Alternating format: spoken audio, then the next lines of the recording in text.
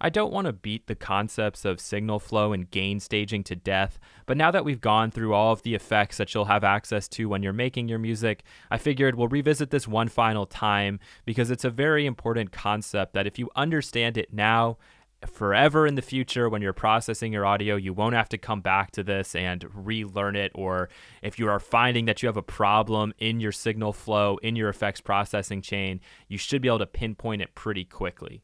So here's the signal we're going to be working with, and let's go ahead and check out where it's peaking out. My soul, happy friends, my soul, happy friends, shall be with you that night.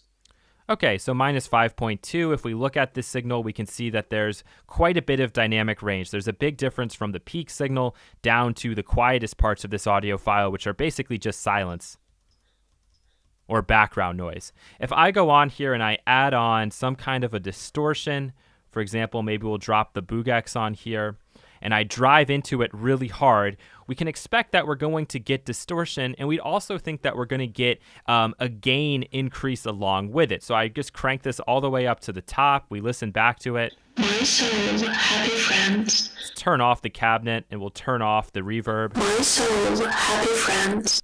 And let's bounce this. And now let's take a look at the meters. So you remember we peaked out at 5.2 before. Let's take a listen to what happens after. My soul, happy friends, shall be with you that night. So we actually are coming out at minus 3 dB less, at least when it comes to the peak signal. But of course, because the average of this is so much louder, it's going to sound a lot louder to our ears, and it does. But this is the big difference between, say, a harmonic distortion characteristic like overdriving an amplifier and digital distortion, which is a little bit more random and a little bit more harsh typically.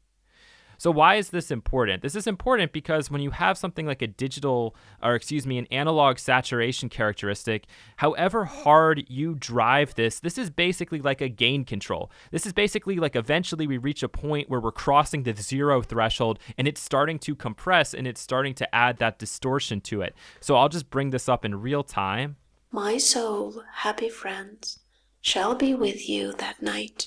My soul, happy friends, shall be with you that night. Okay, so at this level, we're starting to hear saturation and distortion kick in on some parts of the signal, but not all parts of the signal. And the harder I drive this, the more saturation, the more distortion that we're going to get. And because perceptually it's going to sound louder to us, we have an output gain control that we could use here. My soul, happy friends, shall be with you that night.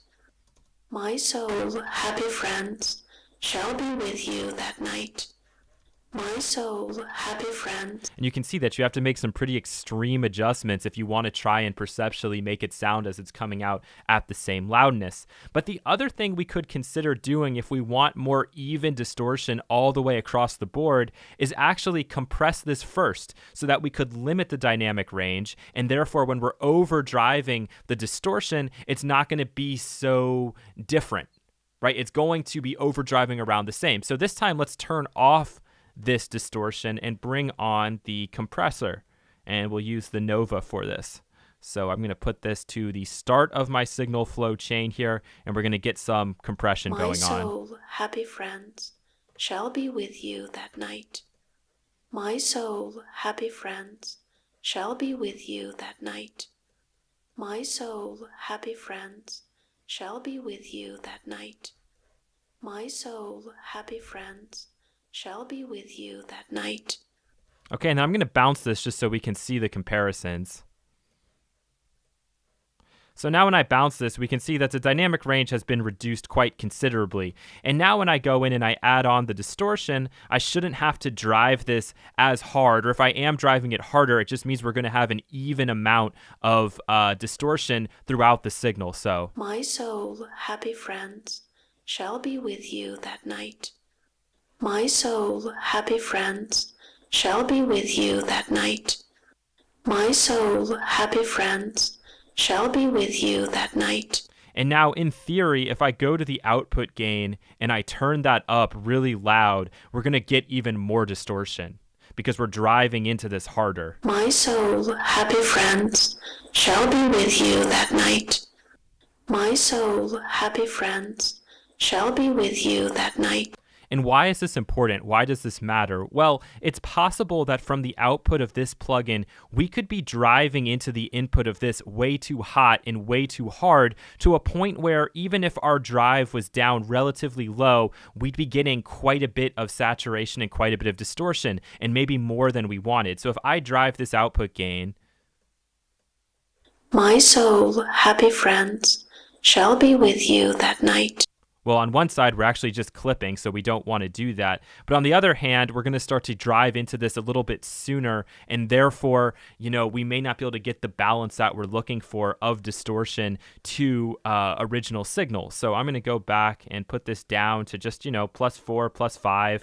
My soul, happy friends, shall be with you that night.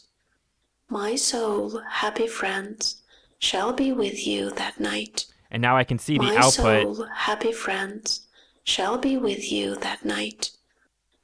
So we still have about 7 dB of gain, which is good. That's something that we would want to see. So this would be very safe processing My from soul, start happy friends, to finish. shall be with you that night. My soul, happy friends, shall be with you that night. All right, time for a second example that's a little bit more complicated. But if you understand this right here, you pretty much understand everything you need to know about signal flow. So I have 2 EQs right now, okay? The first one, we're adding 5.3 at 3.5 kilohertz. And on the second one, we're taking away 5.3 decibels at 3.5 kilohertz. So will this make any kind of difference at all if I were to turn these both off and on at the same time? Let's find out. My soul, happy friends, shall be with you that night. My soul, happy friends, shall be with you that night. My soul, happy friends, shall be with you that night. So in theory, you should be hearing absolutely no difference, because if we're adding 5.3 dB and then taking it away with the exact same curve, there should be no difference to the sound at all. And it took a little while for it to catch up, but once it did, you could tell that there's no difference at all to those sounds. But what happens if I drop a compressor in the middle and I go in here, I turn all of these guys off, I go into the wideband setting, My soul, happy friends, and I compress this? shall be with you that night. My soul, happy friends, shall be with you that night.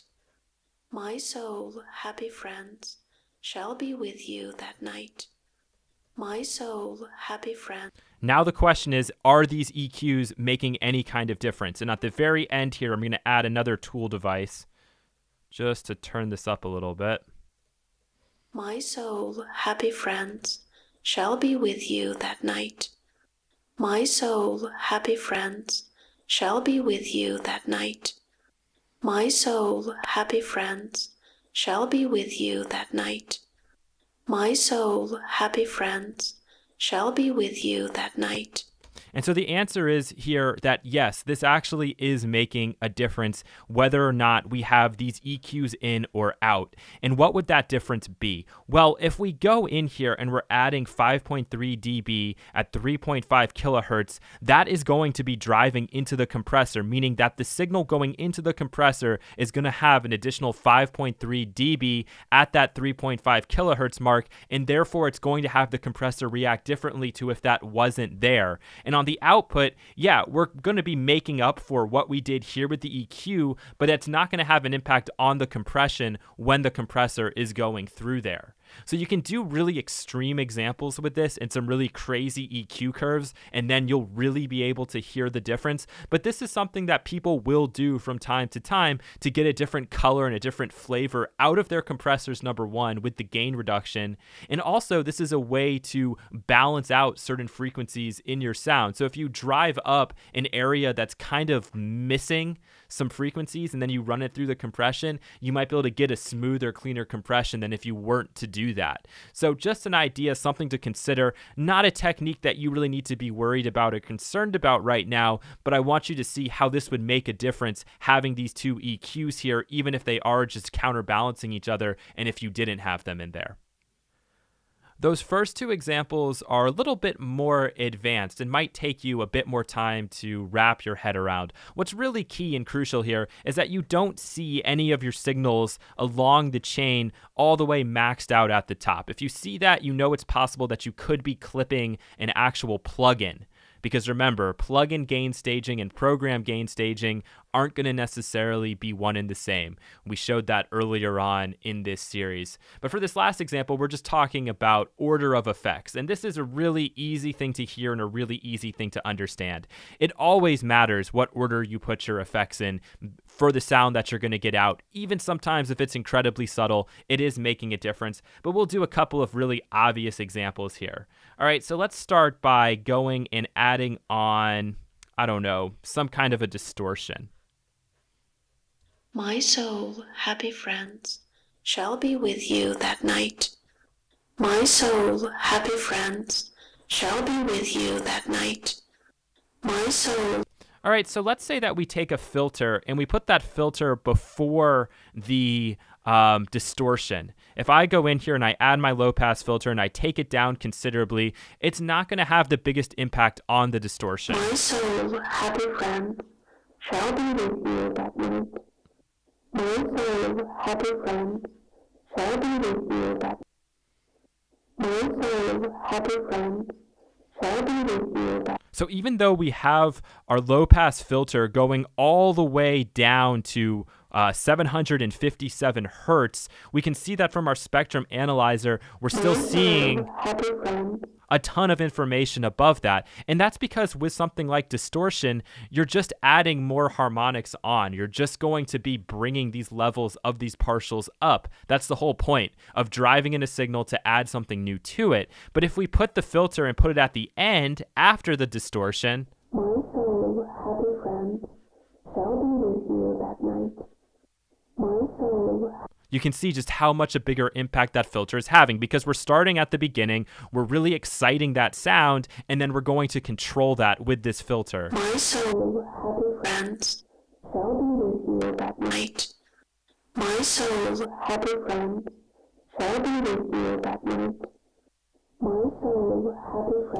But you can tell that it's always making a difference. So you would have three sort of choices you could make here. You could start with a filter and then add the distortion. You could just add the distortion, or you could have a distortion and then add the filter. And this is why you don't need 800 different effects here, because every effect, depending on the order you put it in and the settings that you put in, is going to give you a different sound and a different character. So don't think that just because we only have 10 or so effects down here that you're not going to be able to come up with some really diverse and fun, interesting sounds.